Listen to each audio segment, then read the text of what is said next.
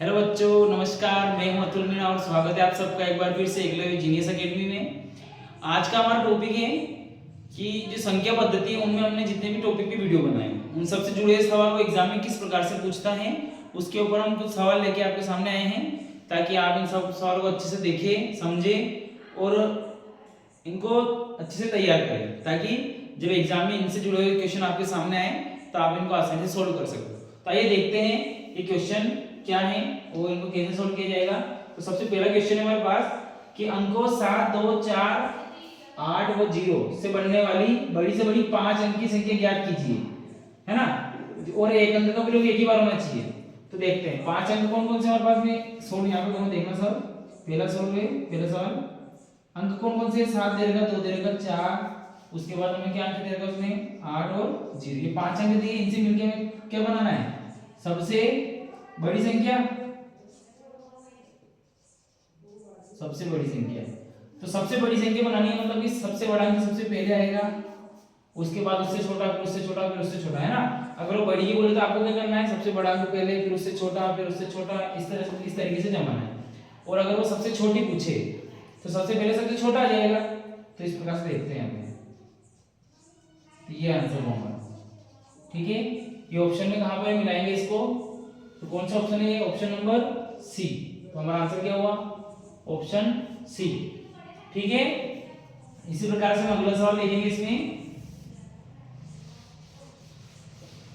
अगला सवाल है हमारे पास 5 अंक की बड़ी से बड़ी संख्या जो अंको, ये हमें अंक दे रखे उसमें 3, 5, 7, 9 तथा 0 से बनी हो।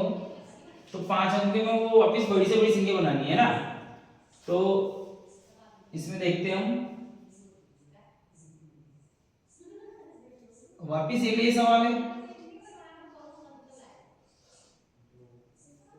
क्या अंक दिए हमको उसने 3, 5, 7, 9 और 0। सबसे बड़ी बनानी है,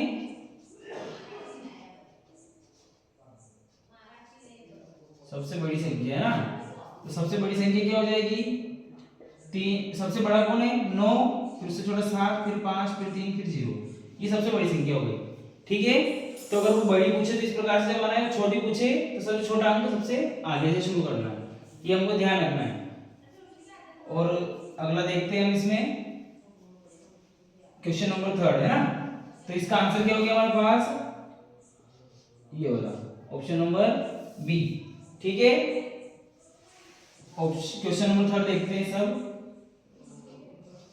क्वेश्चन नंबर 3 में क्या बोला उसने, 4 अंकों की सबसे बड़ी संख्या तथा 5 अंकों की सबसे छोटी संख्या का योग। तो हमने सबसे बड़ी और सबसे छोटी संख्या निकालना सीखा था। उसमें हमने देखा था कि 4 अंकों की सबसे बड़ी संख्या और 5 अंकों की सबसे छोटी संख्या निकाली, तो वो संख्या कैसे निकालते, तो यहाँ देखते हैं 4 अंकों की सबसे बड़ी, तो 4 अंकों की सबसे बड़ी यानी कि 4 बार 9 लिखो, हमने सीखा था ये। ऐसे 5 अंक की सबसे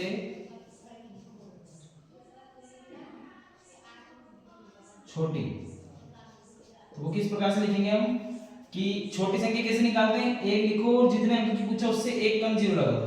तो यहाँ 5 अंकों की पूछी तो 4 0 लगाएंगे। ठीक है, अब हमें इनका क्या करना है, तो इन दोनों का क्या करना है, योग करना है। योग का मतलब क्या होगा, जोड़ना है, तो जोड़ते हैं इन दोनों को।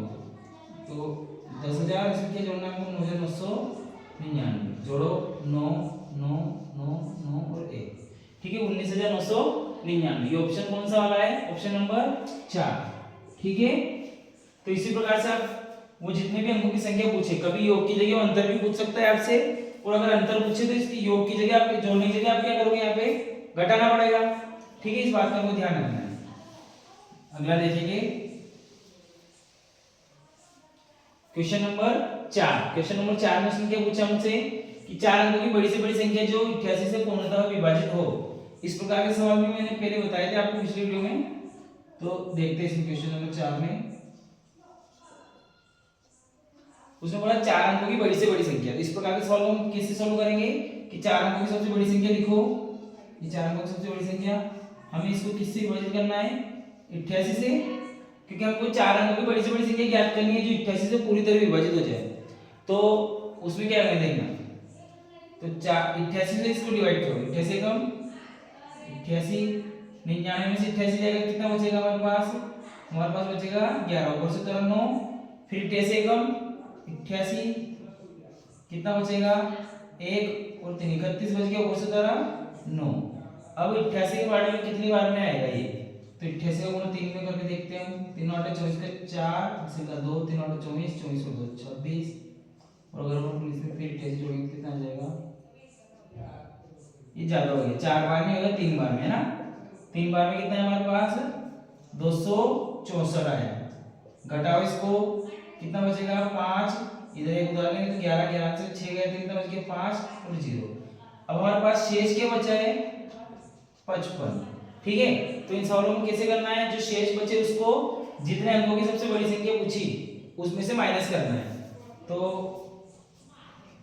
9999 4 अंकों की सबसे बड़ी संख्या पूछी ना, जो 88 से पूरी तरह विभाजित हो जाए, तो 4 अंकों की सबसे बड़ी संख्या में से जो शेष बचे उसको घटा दो, 55 को इसमें से माइनस करना है।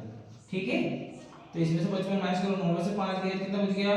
4, फिर 9 में से 5 गए तो 4, और ये से कैसे? तो ये ऑप्शन कौन सा ऑप्शन है? ये आंसर है हमारा कि ये संख्या जो है 88 से पूरी तरह विभाजित होगी।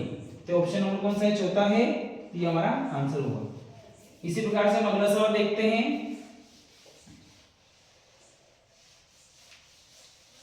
Question number 5। क्वेश्चन नंबर 5 भी बहुत सरल सवाल है। इसमें उसने पूछा है कि 6 के प्रथम 5 गुणजों का योग है ना। तो 6 के प्रथम 5 गुणज, तो देखो 5 गुणज 6 के प्रथम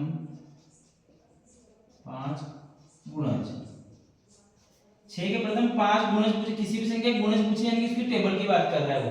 प्रथम 5 बोला है तो 6 का 12 5 बार तक लिखना है। 6 कम 6, 6 दूनी 12, 6 3 18, 6 चौक 24, 6 5 30, सबको जोड़ेंगे 8 और 2 10 और 6 और 4 10, 10 और 10 20 की शून्य से का 2, 3 4 5 6 और 9, 90 आंसर आया। ये हमारे 6 के प्रथम 5 गुणजों का योग हुआ। तो 90 ऑप्शन में है, कौन सा ऑप्शन है? ये पहला, तो ये हमारा आंसर हुआ। ठीक है, अगला सवाल देखते हैं हम यहाँ पे। अगला सवाल क्या है हमारे पास कि 1 से 50 तक की प्राकृत संख्याओं का योग ज्ञात कीजिए। 1 से 50 तक की प्राकृत संख्याओं का योग क्या है? तो देखना कि हमने प्राकृत संख्याओं के योग का जो सूत्र देखा था, क्या सूत्र था वो? कि प्राकृत संख्याओं का योग बराबर क्या होता है? तो देखते हैं, प्राकृत संख्याओं का योग बराबर सूत्र क्या है हमारे पास? n into n plus 1 बटे में क्या है? 2। ठीक है, और यहाँ पे जो ये n होता है, ये n किसका मान है? टोटल संख्या कितनी बोली उसने प्राकृत? तो कितनी बोली? 1 से 50 यानी 1 से 50 तक प्राकृत संख्या होती कितनी है? 50। तो n का मान हम क्या देंगे? 50 गुणा 50 प्लस 1 बटे में कितना है? 2। तो 50 ऐसे कैसे? 50 और 1 कितना हो गया? 51 बटे में आया 2। ठीक है, अब इसको हम क्या करेंगे?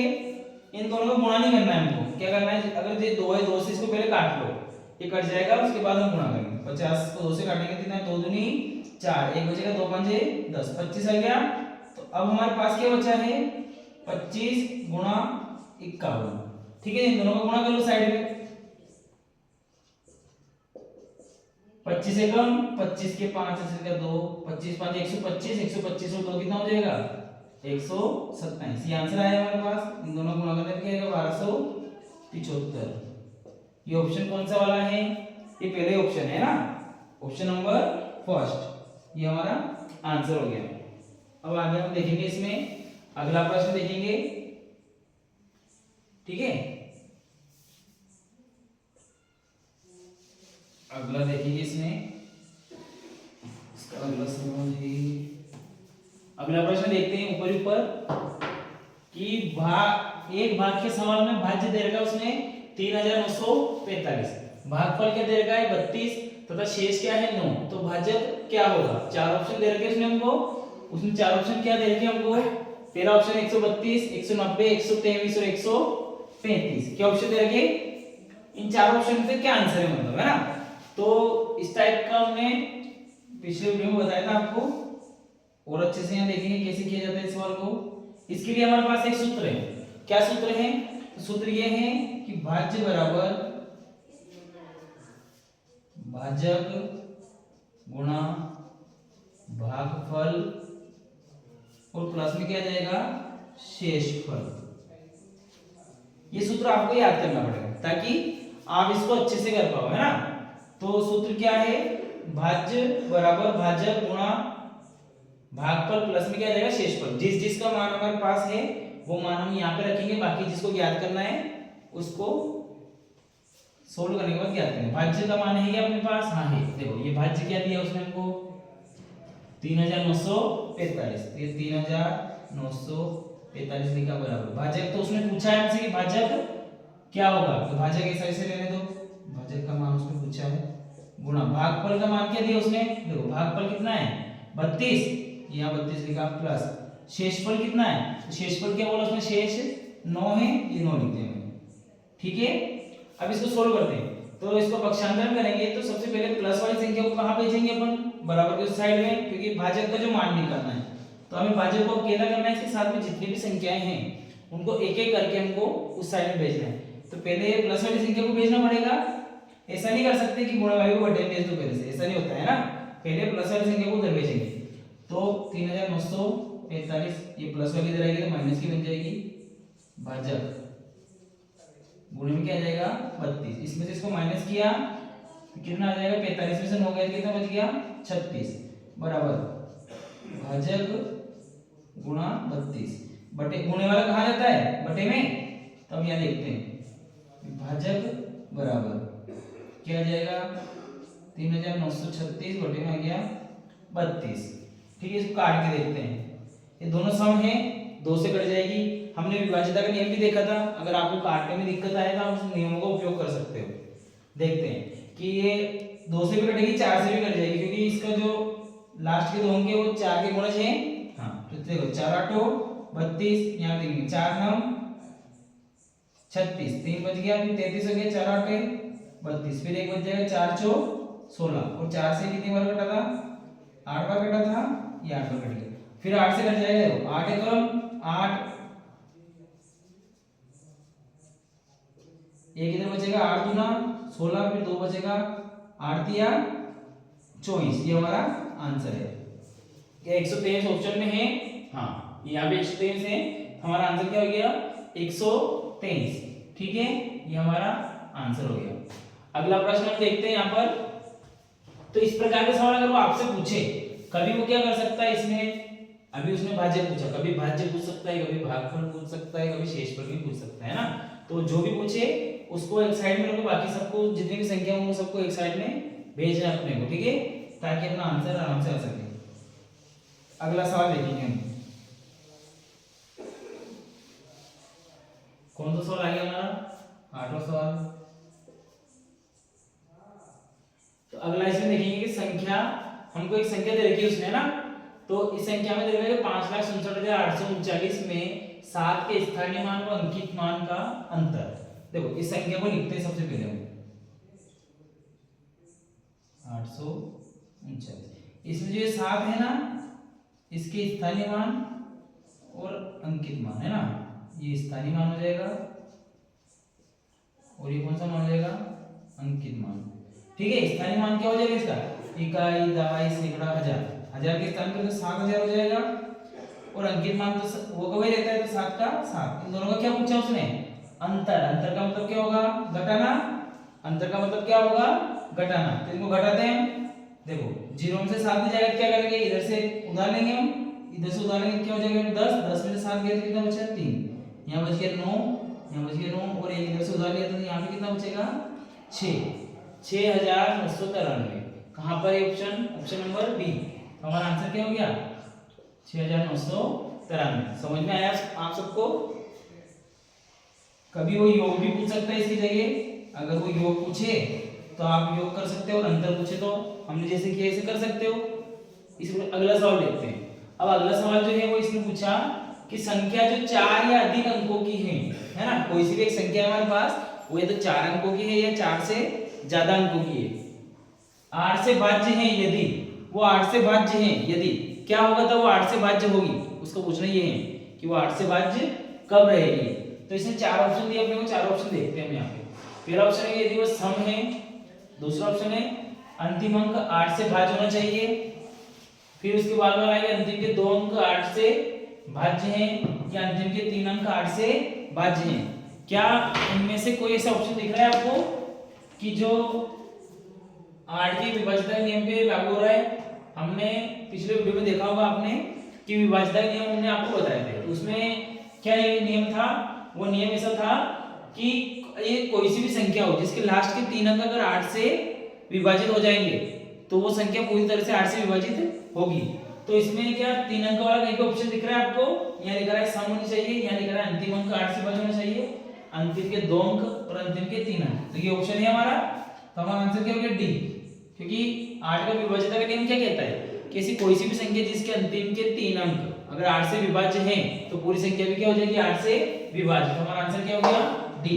इसी प्रकार से हमारा जो लास्ट सवाल है उसमें लिखना है संख्या जिसका इकाई अंक 0 या 5 हो सदैव विभाज्य होती हैं।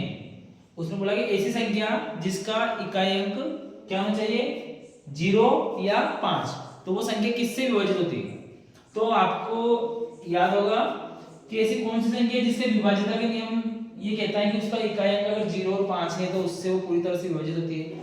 तो ये नियम है, देखो 2 का नियम तो नहीं है, क्योंकि 2 का नियम क्या है 0 तो हो सकता है लेकिन 5 नहीं हो सकता है ना, क्योंकि जिसकी इकाई अंक 5 आ जाएगा वो विषम हो जाएगी, 2 से कटेगी।